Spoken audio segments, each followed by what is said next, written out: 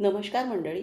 दुधी भोपळा खायचा तुम्हालाही कंटाळा येतो का? पण दुधी भोपळ्यामध्ये किती पौष्टिक गुणधर्म आहेत, किती आरोग्यदायी आहे.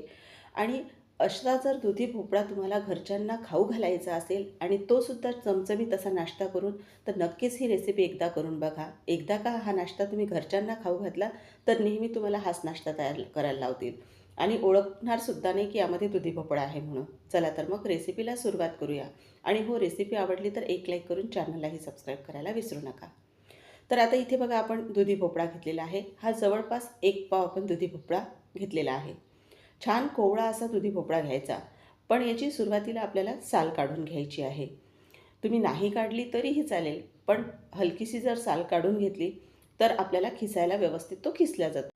आता इथे पूर्ण दुधी भोपळा आपण याची साल काढून घेतलेली आहे. आणि बघा, सुरुवातीचा तसाच शेवटचा दोन्हीही भाग आपल्याला काढून घ्यायचे आहे. बरेचदा काय होतं बघा, सुरुवातीचा भाग हलकासा कडवट असतो, तर त्यासाठी तो आपल्याला काढून घ्यायचा आहे.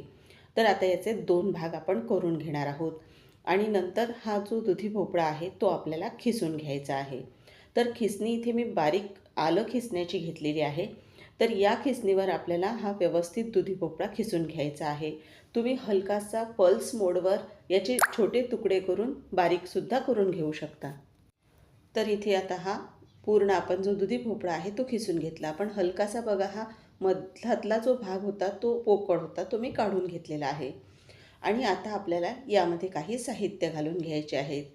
तर आता आपण काय करायचं, यामध्ये सुरुवातीला पाऊण चमचा मी धना पावडर घातलेली आहे.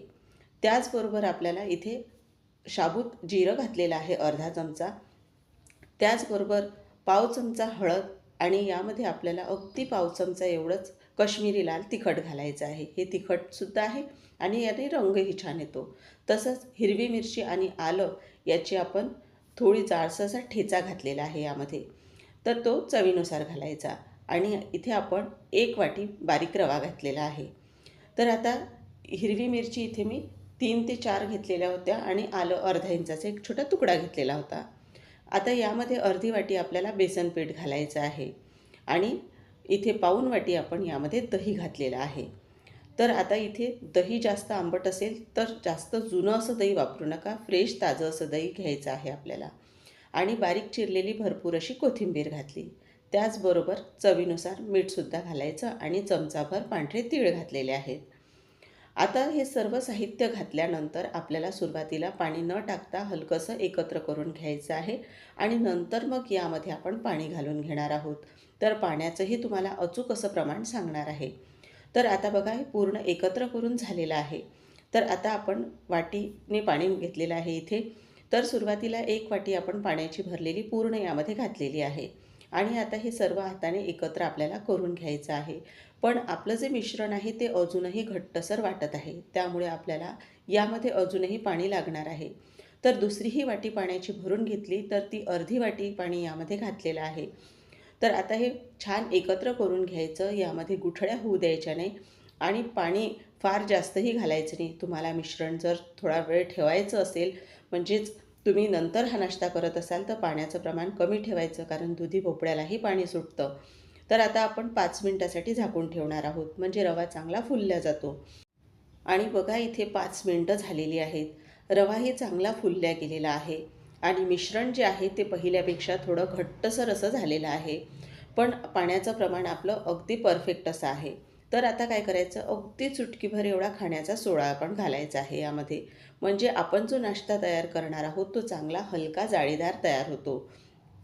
तुम्ही नाही घातला तरीही चालेल, पण घातल्यामुळे चवीतही फरक पडतो. हलका झाल्यामुळे खायलासुद्धा छान लागतो.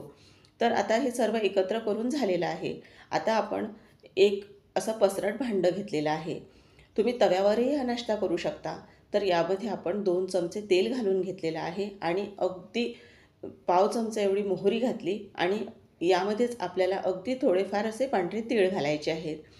आता आपण जे मिश्रण तयार करून घेतलेलं होतं दुधी भोपळ्याचं, ते घालून घ्यायचं आहे यामध्ये. तर व्यवस्थित असं फार जास्त जाडही हा नाश्ता करायचा नाही, कारण सोडा घातल्यामुळे तो फुलला जातो. आणि हे मिश्रण व्यवस्थित असं सगळीकडून एकसारखं आपल्याला पसरवून घ्यायचं आहे. म्हणजे एकसारखा सगळीकडून व्यवस्थित असा नाश्ता शिजला जातो. तर इथे बघा, व्यवस्थित मी हे पसरवून घेतलेलं आहे. आता आपल्याला झाकण ठेवायचं आहे आणि गॅसची स्पीड मीडियम ठेवून हा नाश्ता छान भाजून घ्यायचा आहे. तर आता यावर झाकण ठेवते मी आणि अगदी 3 ते 4 मिनिटासाठी आपण वाफ काढून घेणार आहोत. तर आता इथे बघू शकता झाकण मी काढलेलं आहे आणि वरचा भाग जो आहे तो पूर्ण छान कोरडा झालेला आहे.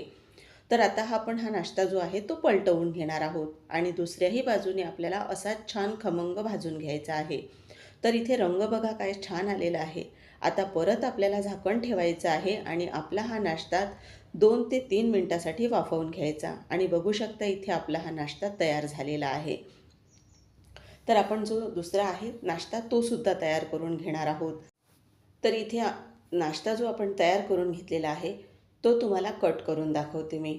आजचा हा नाश्ता आपण जो तयार केलेला आहे यासोबत तुम्हाला कुठल्याही चटणीची गरज नाही किंवा सॉसची गरज नाही. अगदी काहीही नसलं तरी तुम्ही तसाही खाल्ला तरी हा चवीला छान लागणारा नाश्ता आहे आणि वेळही फार कमी लागतो. झटपट असा कमी साहित्यामध्ये तयार होणारा आहे. आणि तुमच्याही घरात दुधी भोपळा खायला कंटाळा करत असतील तर नक्कीच या पद्धतीने त्यांना हा नाश्ता करून खाऊ घाला. पोटभरीचा तर आहेच, पण झटपट होणारासुद्धा आहे. तर इथे बघू शकता आपला जो नाश्ता आहे तो कट करून झालेला आहे. तर आतूनही तुम्हाला दाखवते मी हा किती छान झालेला आहे. बाहेरून रंग तर खूपच छान आलेला आहे, पण आता आतूनही बघूयात आपण. अगदी बघा आपण चुटकीभर एवढा सोडा घातलेला आहे, त्यामुळे आतूनही हा नाश्ता जाळीदार असा तयार होतो आणि बघा किती हलका असा स्पॉन्जी झालेला आहे. दिवसभर जरी राहिला तरी हा नाश्ता अजिबात चिवट किंवा कडक होत नाही. छान असाच सॉफ्ट राहतो. तर तुम्हालाही मंडळी दुधी भोपळ्याची ही रेसिपी एकदा नक्कीच ट्राय करायला हवी आणि आजची ही रेसिपी तुम्हाला आवडली असेल तर एक लाईक करून चॅनललाही सबस्क्राईब करायला विसरू नका. पुन्हा अशाच छान उपयुक्त आणि घरगुती रेसिपीसह आपण पुन्हा भेटूया. तोपर्यंत धन्यवाद.